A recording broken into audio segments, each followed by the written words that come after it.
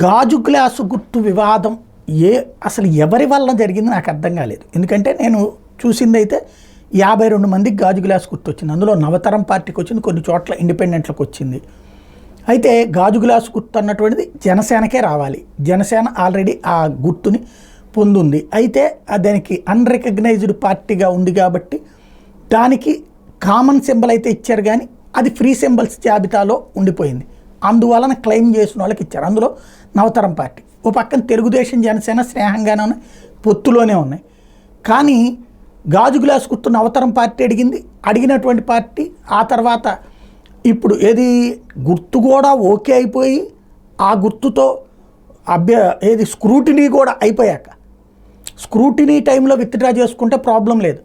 Scrutiny కూడా అయిపోయాక గాజు గ్లాసు గుర్తుకు సంబంధించి పోటీ చేస్తున్నట్టు నవతరం పార్టీ ఏదైతే వర్లరామయ్య గారితో కూర్చుని మేము తెలుగుదేశం జనసేన బీజేపీ కూటకు మద్దతు ఇస్తున్నారు అని చెప్పుకున్నాం. అయితే ఇదేదో చిన్న పార్టీని అక్కడ పిలిచి మాట్లాడారేమో అంటే కాదు.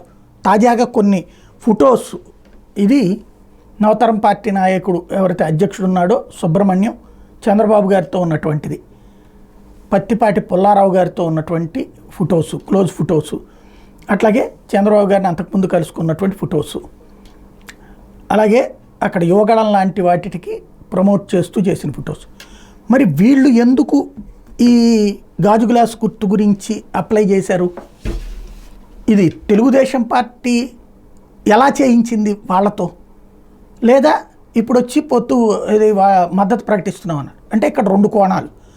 ఒకటి, జనసేనని సేవ్ చేయడం కోసం తెలుగుదేశం పార్టీ ముందే తన మనుషుల చేత, తనతో క్లోజ్గా ఉండేటువంటి తను పెట్టించిన పార్టీ చేత ఆ గాజు గ్లాస్ గుర్తుని క్లెయిమ్ చేయించి ఆ తర్వాత వాళ్ళు ఎన్నికల్లో పోటీ చేయకుండా చేసి తద్వారా కాపాడటం, ఇది ఒక ఆస్పెక్ట్. రెండవ కోణం వచ్చేటప్పటికి జనసేన ఒకవేళ తమ మాట వినకపోతే దెబ్బతీయడం కోసం ఇట్లాంటి పని చేసినట్టు. ఈ రెండిట్లో ఏది వాస్తవం అన్నటువంటిది వాళ్ళ మనసుకు తెలియాలా.